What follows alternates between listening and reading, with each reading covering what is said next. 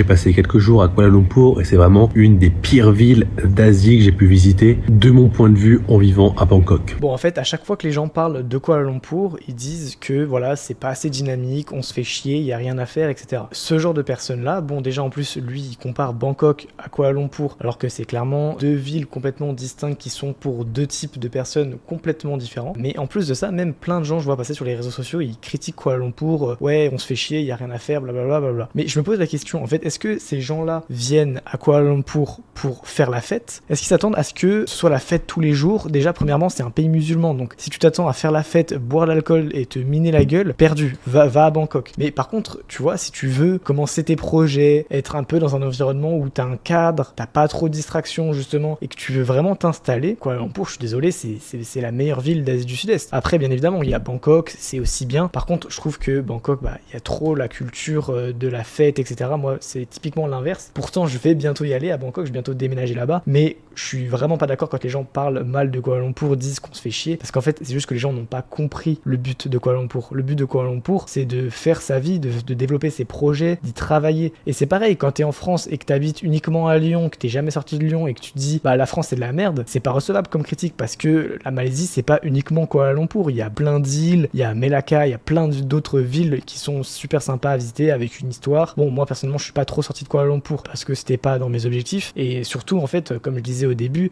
c'est sûr que si tu viens à Kuala Lumpur dans l'idée de passer juste des vacances, faire la fête et kiffer, tu vas y rester 3 jours, tu vas te faire chier quoi. T'auras fait KLCC avec les tours Petronas, tu vas aller à Bukit Bintang voir le mall Pavilion, tu vas aller à Batu Cave, peut-être Genting Island, et après c'est fini, il n'y a plus rien à faire à Kuala Lumpur. Par contre, Kuala Lumpur, c'est bien pour les gens qui veulent venir bosser, qui veulent venir structurer une activité ici. C'est pour ça que Kuala Lumpur c'est fait de base. C'est pas fait pour venir s'amuser. Tu veux t'amuser, tu vas à Bali. Tu veux t'amuser, tu vas à Bangkok, tu vas à Phuket, et tu fais pas chier le monde. Enfin bref, ceci étant dit, si tu veux plus de contenu comme ça, abonne-toi à mon compte parce que tous les jours je te partage des vidéos.